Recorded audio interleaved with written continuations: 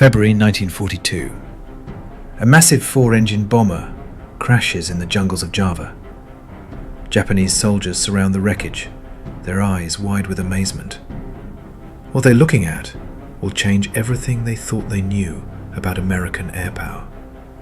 The B-17 Flying Fortress. To Americans, it was the backbone of strategic bombing. But to Japanese military intelligence, it represented something far more terrifying. A machine that embodied everything their military philosophy rejected, yet somehow worked with devastating effectiveness. Here's the shocking truth that remained buried in classified Japanese files for decades. The rising sun didn't just fear the B-17's bombs. They feared what it revealed about American industrial might, crew training, and a completely alien approach to aerial warfare.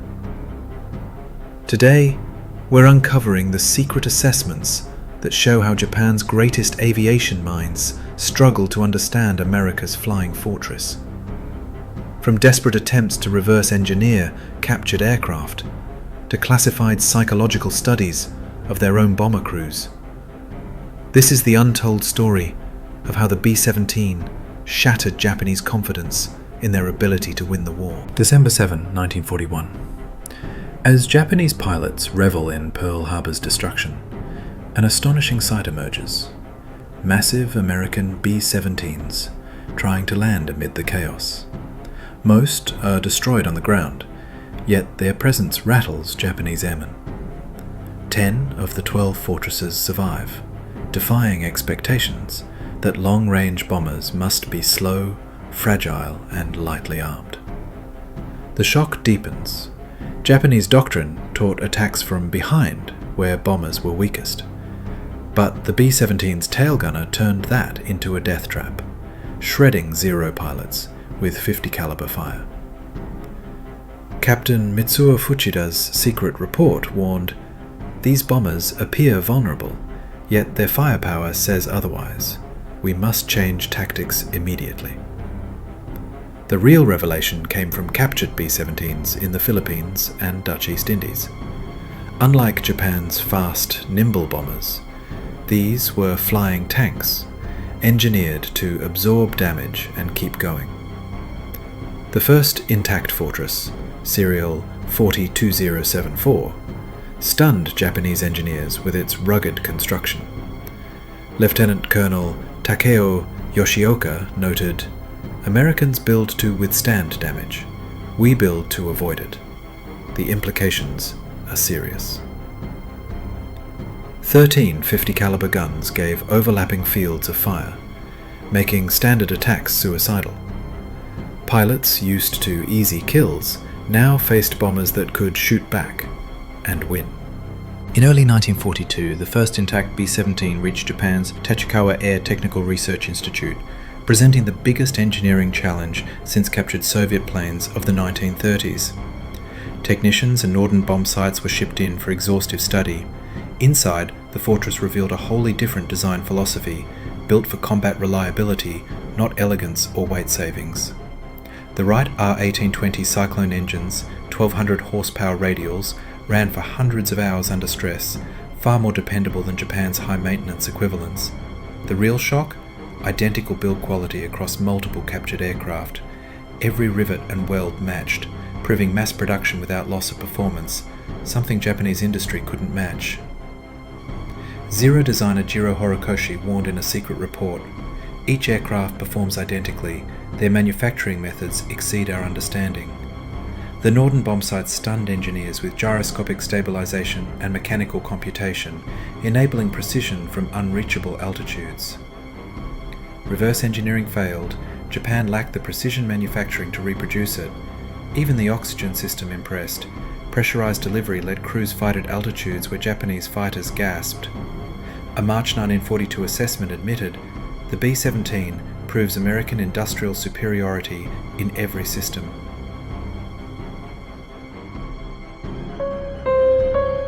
As B-17s appeared over Japanese-held territory, planners faced a threat they'd never envisioned. American bombers operated in massive, tightly packed formations, each aircraft covering the others with walls of 50 caliber fire. Tactics meant for lone bombers became suicide against 50 flying fortresses in defensive boxes. Ace Saburo Sakai wrote after his first encounter, "Attack one and you face the guns of 20. This changes everything we know."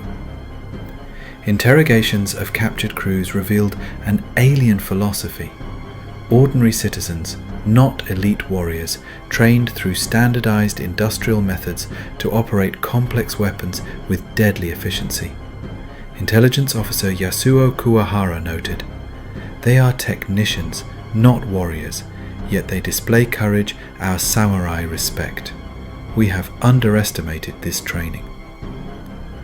Daylight precision raids further exposed Japanese weaknesses. Defenses built for small night attacks failed against hundreds of high-altitude bombers. Fighter assaults bled pilots. Low-altitude flak couldn't touch them. Even heavily damaged, B-17s reached targets and delivered bombs with accuracy.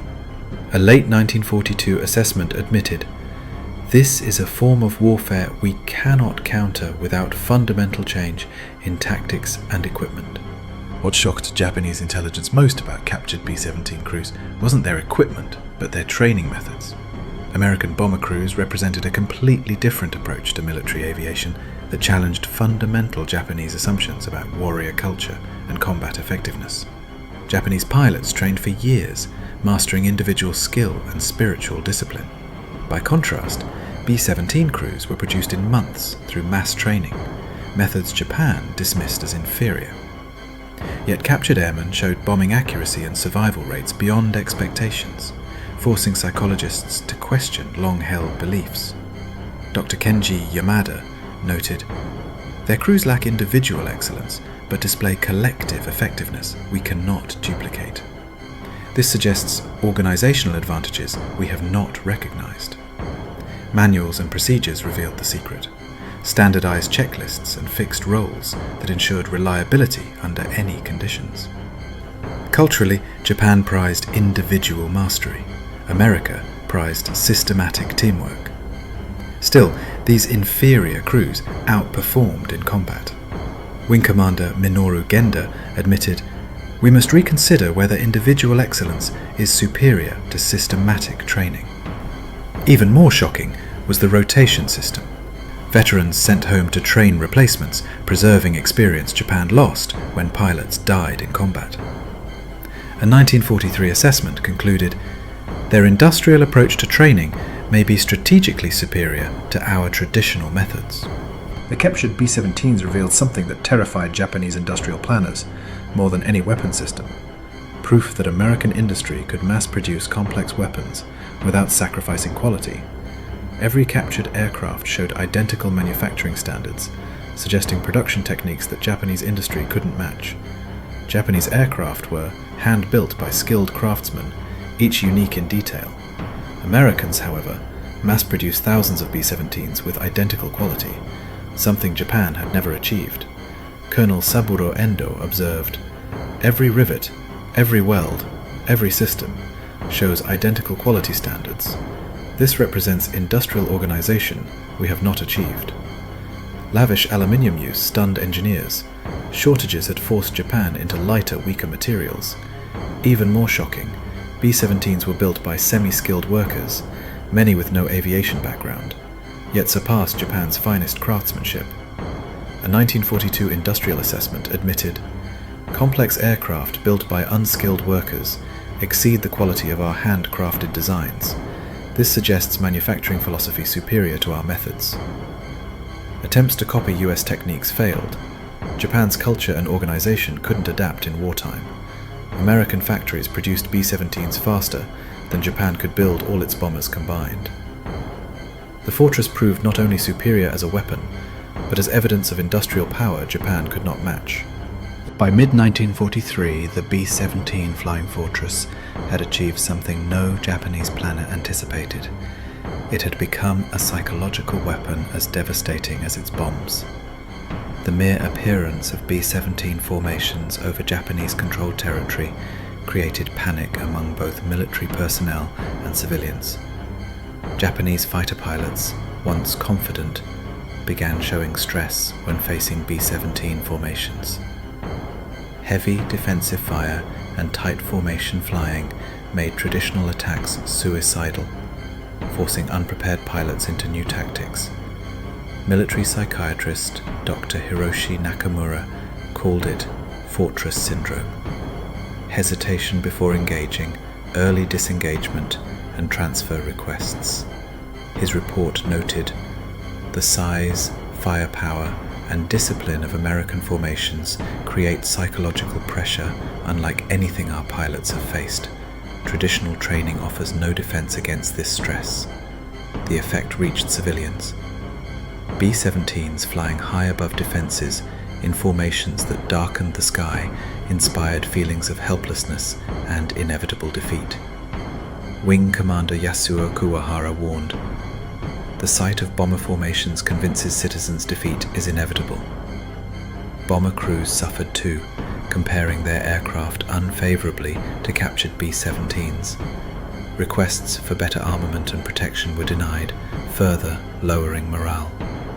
By late 1943, a classified study concluded, "The psychological impact of enemy aircraft superiority may be more devastating than combat losses." Faced with the B-17's devastating effectiveness, Japanese military engineers and tacticians launched increasingly desperate attempts to develop countermeasures. What followed was a systematic failure that revealed the limitations of Japanese industrial and tactical innovation under wartime pressure. Japan's first response was reverse engineering captured B-17s, focusing on powered gun turrets. Precision requirements made reliable copies impossible. Fighter units tried ramming tactics, hoping to trade single-engine fighters for bombers. Losses proved unsustainable. Modified interceptors like the K-45 Nick with heavy cannons and J-1N1 Irving with upward firing guns had little success against tight formations. Lieutenant Colonel Takeo Yoshioka concluded, "The B-17 problem requires entirely new aircraft designs, which current priorities make impossible." Operation Tsu-11, a kamikaze ramming program, wasted resources and failed against escorted formations. Propaganda portraying crews as criminals collapsed when captured airmen showed precise targeting discipline, even winning enemy respect. By mid-1944, planners faced the truth. US industrial and technological power could not be matched. The B-17's superiority was beyond Japan's capacity to counter, a reality that shook military confidence at the highest levels.